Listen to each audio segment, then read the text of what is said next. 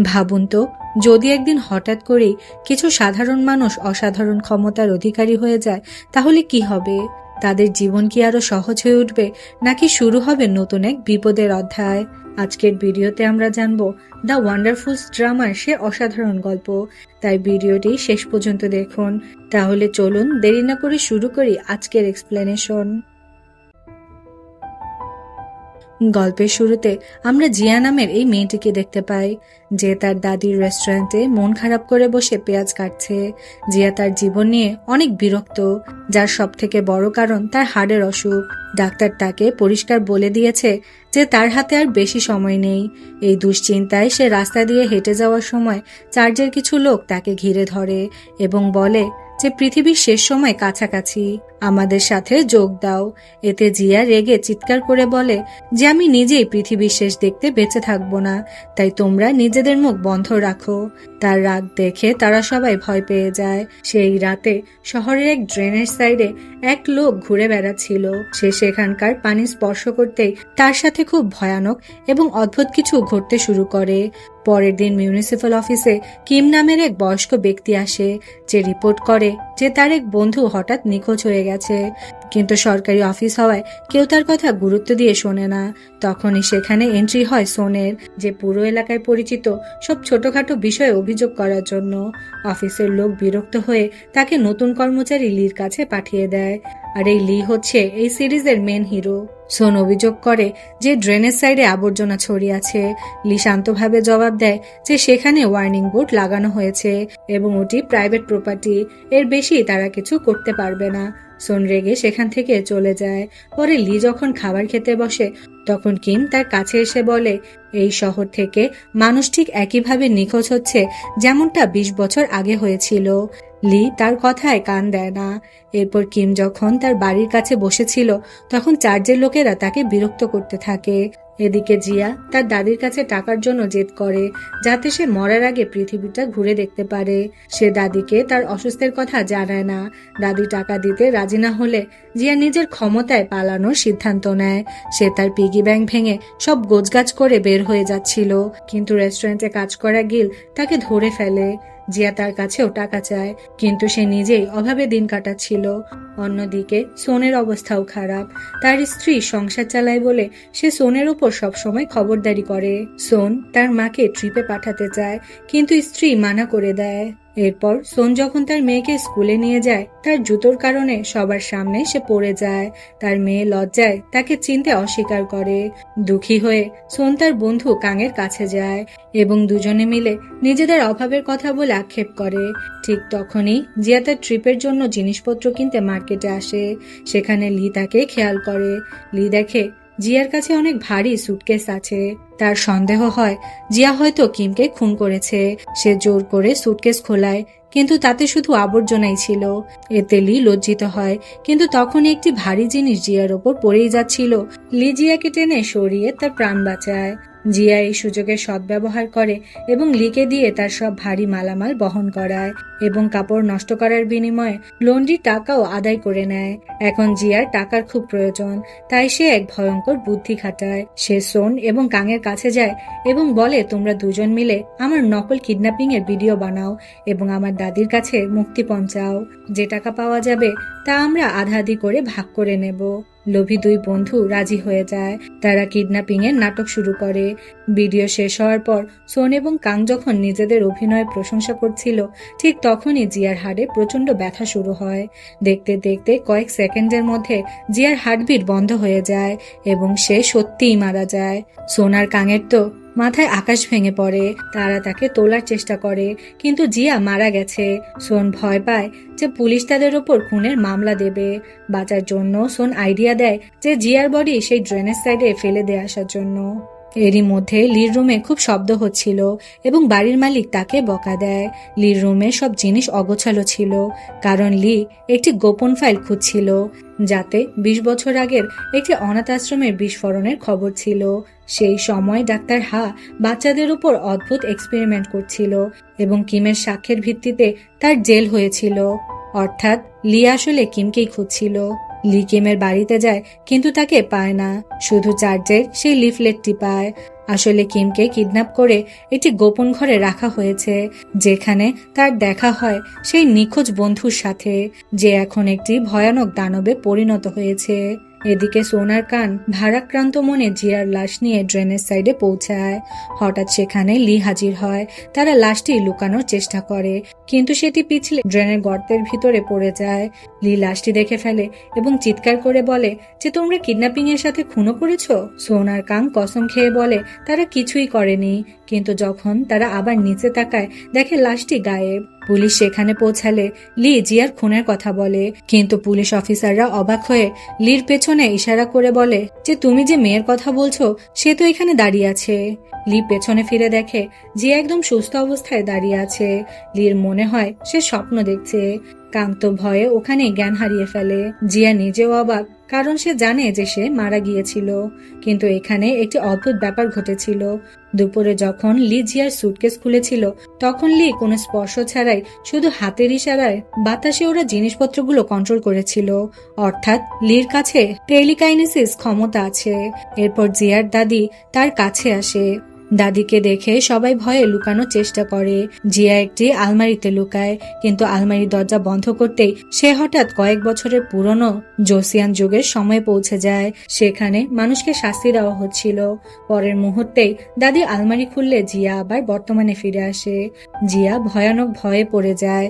লি এসব শুনে ফেলে এবং জিয়ার প্রতি তার আগ্রহ বেড়ে যায়। এরপর গল্পের সবচাইতে বড় রহস্য উন্মোচিত হয় কিমের মাধ্যমে।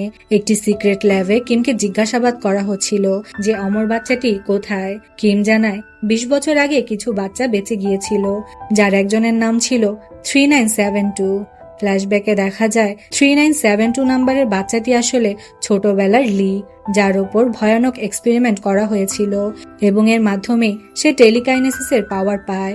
একবার যখন লির প্রাণ যাওয়ার উপক্রম হয়েছিল, তখন অন্য এক বাচ্চা এসে লির প্রাণ বাঁচায় এবং বলে যাই হোক না কেন আমি মরতে পারি না। সেই বাচ্চাটি ছিল অমর বাচ্চা, যাকে এই ভিলেনরা খুঁজছে। লির প্রতিদিন এই শৈশবের স্বপ্ন আসে এবং ঘুমের মধ্যে তার ক্ষমতার নিয়ন্ত্রণ বাইরে চলে যায় বলে রুমের জিনিসপত্র ভেঙে যায়। টুইস্ট তখন আসে যখন ডাক্তার জিয়ার দাদিকে জানায় যে জিয়ার হার্ট এখন পুরোপুরি ঠিক হয়ে গেছে এবং এটি একটি মিরাকেল।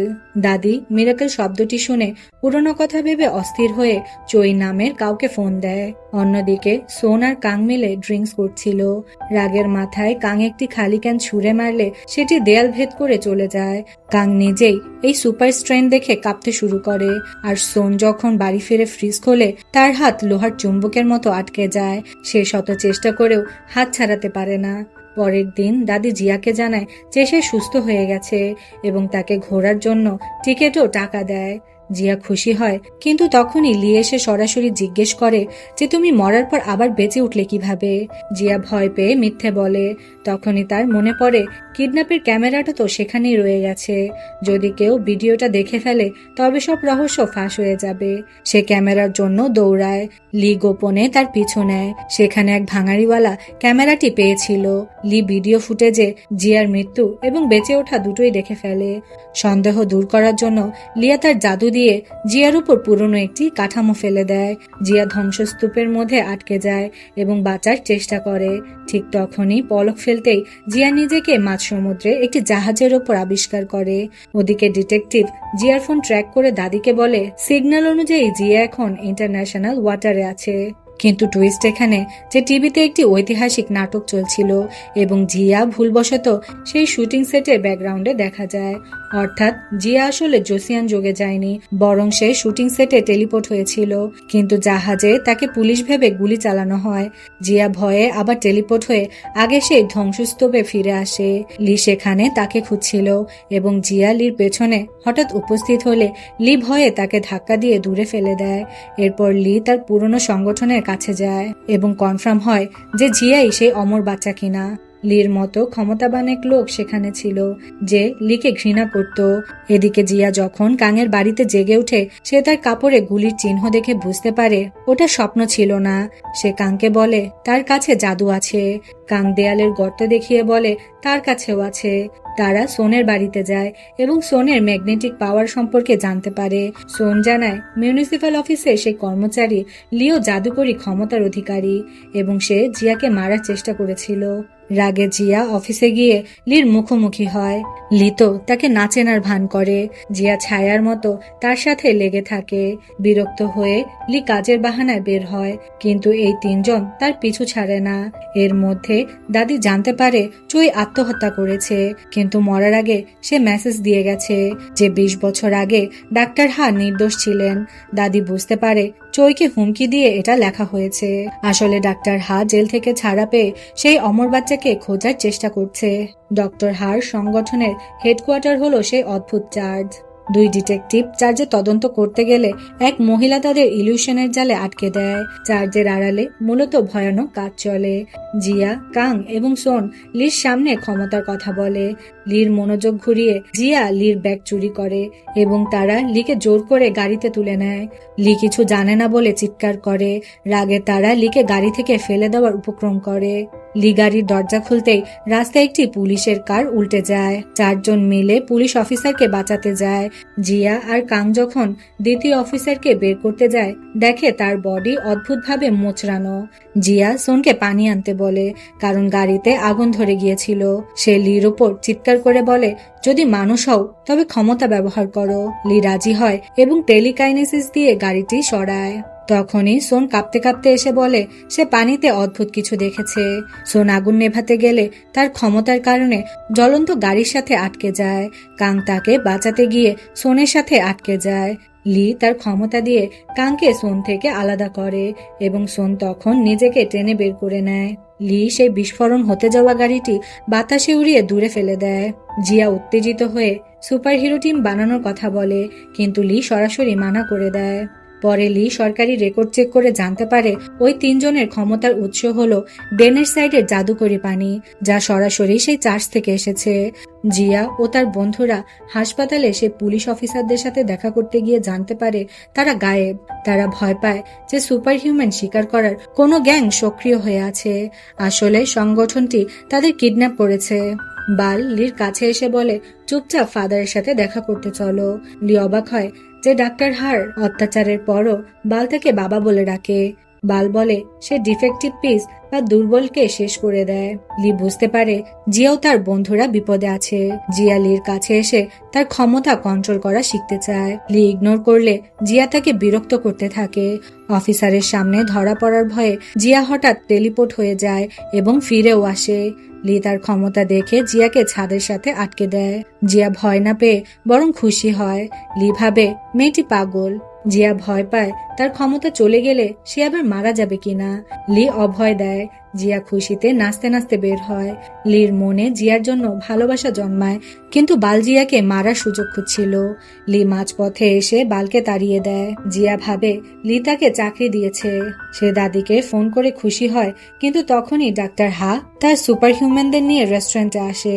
ডাক্তার হা দাদিকে বলে এই সবকিছুর জন্য দাদি দায়ী। দাদি অবাক হয়, কারণ সে শুধু সাহায্যের জন্য অনাথ আশ্রমে ডোনেশন দিয়েছিল। ডক্টর হা তার এক মেয়েকে দিয়ে দাদির মাইন্ড কন্ট্রোল করায় এবং অমর বাচ্চার কথা জিজ্ঞেস করে। দাদি বলে সে মারা গেছে, কিন্তু ডাক্তার হা জানে সে মরেনি। ফ্ল্যাশব্যাকে দেখা যায় 20 বছর আগে বিস্ফোরণের পর অমর বাচ্চার শরীর ধ্বংস হলেও হার্ট সচল ছিল। ডক্টর চোয়ের পরামর্শে দাদি সেই হার্ট জিয়ার ভেতরে ট্রান্সপ্ল্যান্ট করেছিল। জিয়া জানতে পারে তার দাদি ওই অমর বাচ্চার জীবন নষ্ট করেছে এবং সংগঠনের গবেষণায় টাকা দিয়েছে। জিয়া দুঃখে রাস্তায় ঘুরে বেড়ায় এবং পরে লির কাছে ক্ষমা চায়। জিয়া দাদির সাথে দেখা করে বলে সে তাকে ক্ষমা করতে পারবে না, কিন্তু কাউকে তার ক্ষতিও করতে দেবে না। এরপর জিয়া লির অ্যাপার্টমেন্টে শিফট হয় এবং কাং ও সোনকেও সাথে নিয়ে আসে। লি এখন তাদের 3 জনকে ট্রেনিং দেয়। কাংয়ের পাওয়ার তখন সক্রিয় হয় যখন কেউ তার ওপর চিৎকার করে। সোনের পাওয়ার মিথ্যে বললে কাজ করে, আর জিয়ার পাওয়ার হার্টবিট বাড়লে কাজ করে। ট্রেনিং এর সময় বালের সেই ইলিউশন মেয়েটি ককরোচ পাঠিয়ে জিয়াকে ভয় দেখায়, কিন্তু লি তাকে তাড়িয়ে দেয়। জিয়া যখন 7 বছর বয়সের অপারেশনের কথা দাদিকে জিজ্ঞেস করে, দাদি সব সত্যি বলে দেয়। জিয়া নিজেকে লির সামনে অপরাধী মনে করে, কারণ লির বন্ধুর হার্ট তার শরীরে। লি তাকে বোঝায় এতে তার দোষ নেই। এরপর জিয়া আর কাং সোনের বাড়িতে যায় এবং তাদের ক্ষমতার কথা বলে। পরের দিন চার্চের লোকেরা সেবার নামে মিউনিসিপাল অফিসে আসে। লি বুঝতে পারে তারা জিয়াকে ধরতে এসেছে। লি তাদের 3 জনকে একটি রুমে আটকে ট্রেনিং করতে বলে। এদিকে দাদির ডিটেকটিভ সিসিটিভি ফুটেজে জিয়াকে অদৃশ্য হতে দেখে ফেলে। ডক্টর হার সংগঠন জিয়াকে ধরে হেডকোয়ার্টারে নিয়ে যায়। জিয়া ল্যাবে জেগে উঠে এবং ডক্টর হাকে পাগল বিজ্ঞানী বলে। জিয়া কফি জেলি খেয়ে লির সামনে টেলিপোর্ট হয় এবং লিকে কেন সে প্রতারণা করলো তা জিজ্ঞেস করে। জিয়া বুঝতে পারে লি আসলে তাকে বাঁচানোর জন্যই কফিনের রহস্য কাউকে বলেনি। জিয়া আবেগপ্রবণ হয়ে যায়, কিন্তু ভুল করে আবার সেই ল্যাবেই টেলিপোর্ট হয়। ডক্টর হা জিয়াকে মারার প্রস্তুতি নেয়, কারণ অমর বাচ্চার হার্ট বের করে এক ধনী ব্যক্তির শরীরে লাগানো হবে। জিয়া চিৎকার করে বলে সে কোনো মামুলি মেয়ে নয়। ঠিক সময় লি এসে জিয়াকে বাঁচায়। লি জিয়াকে কিস করে যাতে তার হার্টবিট বেড়ে যায় এবং জিয়া সরাসরি অ্যাপার্টমেন্টে টেলিপোর্ট হয়। লি বালো সেই মেয়েটির সাথে লড়াই করে। সোন মিথ্যে বলে নিজেকে মাটির সাথে আটকে রাখে এবং কাং সুপার স্ট্রেন দিয়ে লড়াই করে। জিয়া আবার ফিরে এসে লিকে বাঁচায়।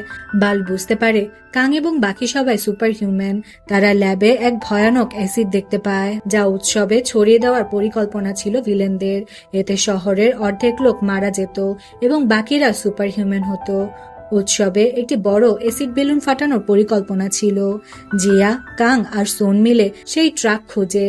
বাল জিয়া সেজে লির উপর আক্রমণ করে। রাস্তায় গাড়ি উঠতে থাকে। কাং একটি বাসকে এক হাত দিয়ে তুলে নেয়, যা দেখে বাল অবাক হয়। জিয়া লিকে নিয়ে দূরে টেলিপোর্ট হয় এক বরফে ঘেরা জায়গায়, যেখানে সে সবসময় যেতে চেয়েছিল। সেখানে জিয়ার গলায় একটি ধারালো জিনিস ফুটে গেলে সে আবার মারা যায় এবং কিছু সময় পর আবার বেঁচে ওঠে। লি বুঝতে পারে জিয়াই অমর বাচ্চা। শেষে চার্চে যখন দাদি ও শহরের মানুষ হামলা করে, সেই সুযোগে তারা ভেতরে ঢোকে। শহরের উৎসবের মাঝখানে সেই অ্যাসিড বেলুনটি ফাটাতেই যাচ্ছিল। জিয়া সোনকে নিয়ে আকাশে সেই বেলুন পর্যন্ত যায়। সোন বেলুনটি ধরে থাকে এবং জিয়া শেষ মুহূর্তে পুরো বিস্ফোরণটাকে টেলিপোর্ট করে অন্য কোথাও পাঠিয়ে দেয়। শহর শান্ত হয়। জিয়া কয়েকদিন পর আবার ফিরে আসে। লি তার মাকে খুঁজে পায়। শহর শান্তির নিঃশ্বাস ফেলে, কিন্তু শেষ দৃশ্যে দেখা যায় সেই বিষাক্ত সিরামের প্রভাবে ডক্টর হা মারা গেলেও হঠাৎ তার চোখ খুলে যায়। অর্থাৎ কাহিনী এখনো বাকি আছে। আর এরই সাথে এই সিরিজটাও এখানে শেষ হয়ে যায়। আপনাদের কাছে এই সিরিজটি কেমন লাগলো অবশ্যই কমেন্ট করে জানাতে ভুলবেন না। ভালো লাগলে একটি লাইক করবেন এবং আমার চ্যানেলটি সাবস্ক্রাইব করে পাশেই থাকবেন।